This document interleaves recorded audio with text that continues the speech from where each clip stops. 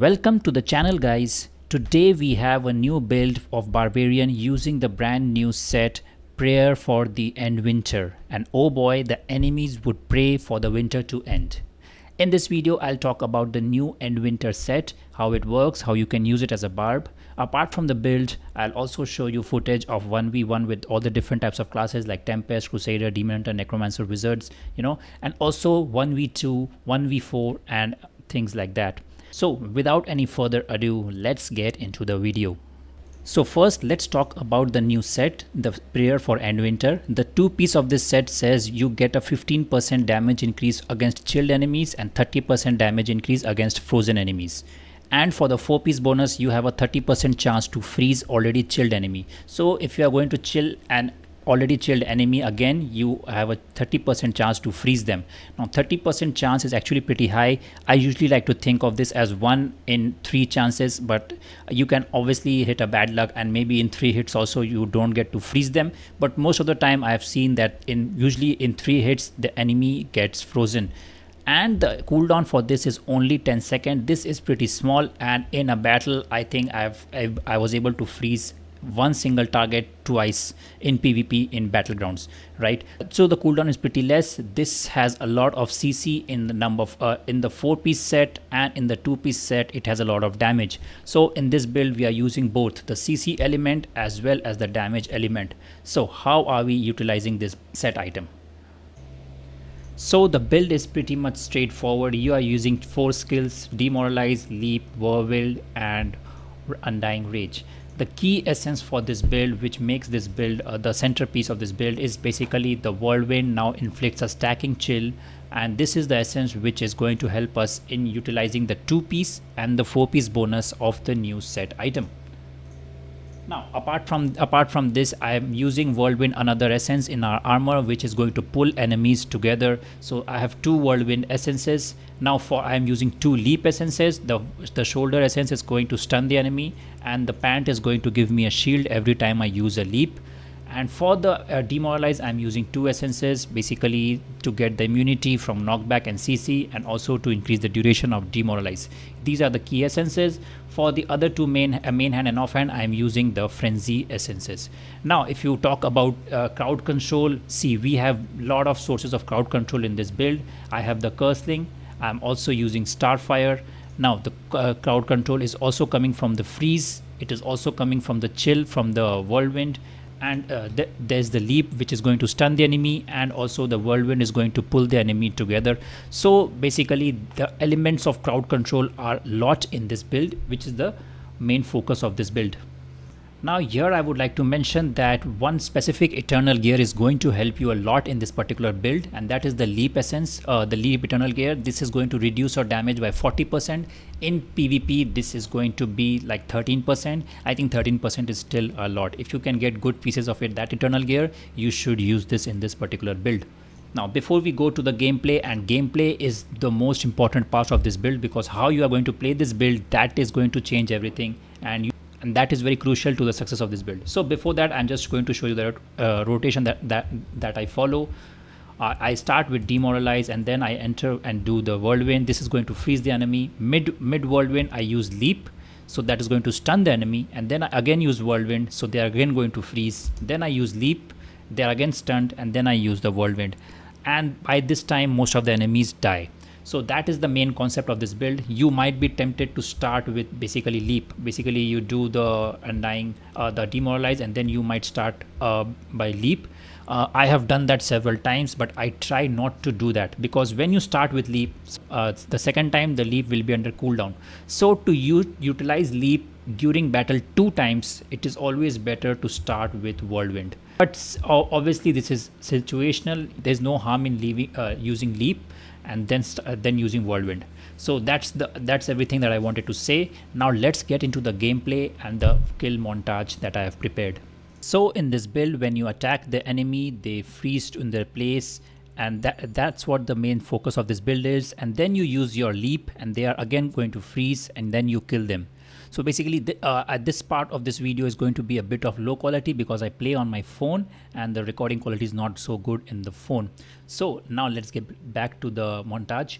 So gameplay, so here is a necromancer that is going to die and it is going to revive again, but now I'm going to use leap and then I use the whirlwind to freeze him at his place, and that's how we kill him. Same thing we are going to do again. Next target is going to be a crusader. We leap and then we use the whirlwind and he's just stun locked in this one place, and if he tries to move, immediately leap again and then he'll stop moving again, and then you can continue using the whirlwind. Keep in mind I'm also using the trick shot gem, which is going to help my whirlwind last longer. Also keep checking the people who are stealing my kills. Like here I'm going to almost kill this person, but someone else killed the person. You can see I'll just pause it, like someone else just killed the person I was going to kill. But yeah, this things happen in battleground. Again, I'm about to kill someone else, but someone else kill him, but at least I got someone, the other one. So yeah, in this way you can kill the person using leap and basically whirlwind. So the next target, here also I'm going to stun lock the person, and I'm using my main attack, the primary attack. If I'm running out of my skills, I use the primary attack and I was able to kill that person. Now I spawned at the spawn point and the necromancer trying to camp me here, but obviously we have the demoralized, so they could not stun me. So I just go and follow up with the necromancer again, freezing them, and then I'm using the leap to stun them and then I kill them. So yeah, this is basically the whole circle. Again, a necromancer here, I freeze them, then I stun them, then I freeze them, then I stun them. That is the entire rotation here. So they were just trying to escape and I don't know, they got invisible somehow, and then when I finally found them, I was again able to get the kill. So now this is a Tempest. He was at full health and I again stun locked him. So basically you have to be the one to attack first, because then you can catch the people off guard, and that's where the leap comes in handy a lot. So here is 1v1 with the wizard. Again, he was at full health, 265k health. This is the same resonance as me, and in 1v1 there's no way I'm going to lose with wizards. Again, I'm got another wizard. I don't know what they were doing, but still 1v1, if you catch someone with this particular essence, they are going to die immediately. Now you can see in the build I'm just constantly surrounded with so many enemies. If you see in the top right corner, there are a lot of enemies, but it's not that I'm going to run away even with the low health. So this has a lot of survivability. I'm using spiteful blood, so I got another enemy. I don't know, they are using my god, they are using a summoner necromancer. So yeah, they are not very good at PvP, but still I was able to, you can see how much freeze this is proccing all the time. So now here is a demon hunter. Again, I freeze them, I stun them, I freeze them, and they are dead. Now this is a crusader. Again, same story. It's the same story. Oh, I'm sorry, this was a Tempest again. So you saw already 2 kills on Tempest and some kills on Crusader, Necromancer. So now you're obviously thinking, bro, we are barbarians, we need to attack in a group of player, not 1v1. So I got you, bro. So here I'm going to jump on so many people, 3 and 4 people. You can see my health is not going down very fast, and I was able to survive the full time. Even though the other side was able to push faster, I think I did pretty well here. Even though there were 3 or 4 enemy, I was able to freeze all of them and basically keep standing there again. Now I'm moving out of the spawn camp area. There are 4 or 5 people here, and here I'm going to freeze everyone and stun everyone, and you can see I got 2 kills here. And I think this goes a long way when you are spawn camped and these things happen and you are able to kill a few of them, your team is able to push. These go a long way. Even though I died here, I do not regret it. I thought that was a very good play by me. That was a good play. Again, I'm with a lot of players here. There was a crusader, then there are 2 people here. Again, with multiple enemies, not a problem. Spiteful blood really helps me a lot, but when you see that your health is dying, see here I was about to die, you can see I used a leap and I got my health back. So even that the shield got right, I got the shield, so that shield helped me from dying. So this is, I'm spawn camping the enemy teams here in this case. So whenever they are coming out of this spawn camp area, I'm just freezing everyone.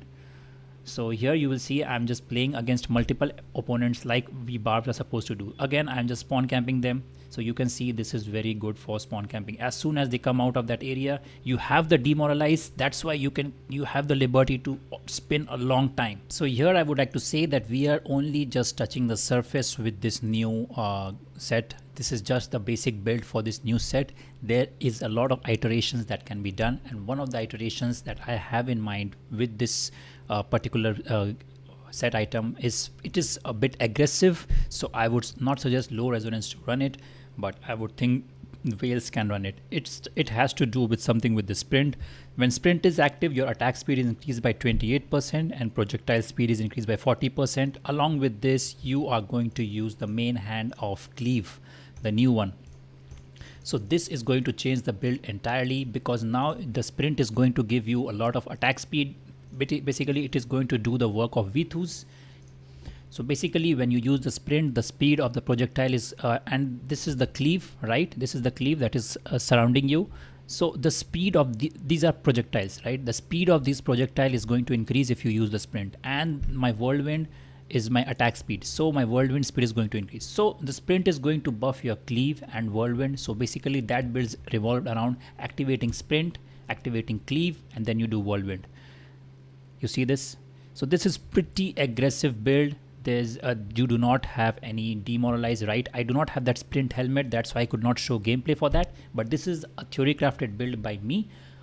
But the good thing about this is that you are going to proc freeze more often, because cleave now calls twin blades orbit you for several seconds, dealing damage and causing chilled enemies to become frozen. So right from the start, when you do the first whirlwind, it is going to be a guaranteed freeze by your cleave, and with that freeze you get more of this the attack bonus. So there is going to be a freeze by the cleave, and I believe there's going to be a separate freeze by this particular set item by 30%. So I think there is going to be two freezes here, but I'm not 100% sure. This is going, when I'm get the new helmet, I'm going to test that out. So this one was for whales. I think for lower resonance this might be a problematic, because you do not have demoralize, but still you are free to try. Thank you for watching the video. I hope you like the build. I'll see you in the next one. Bye.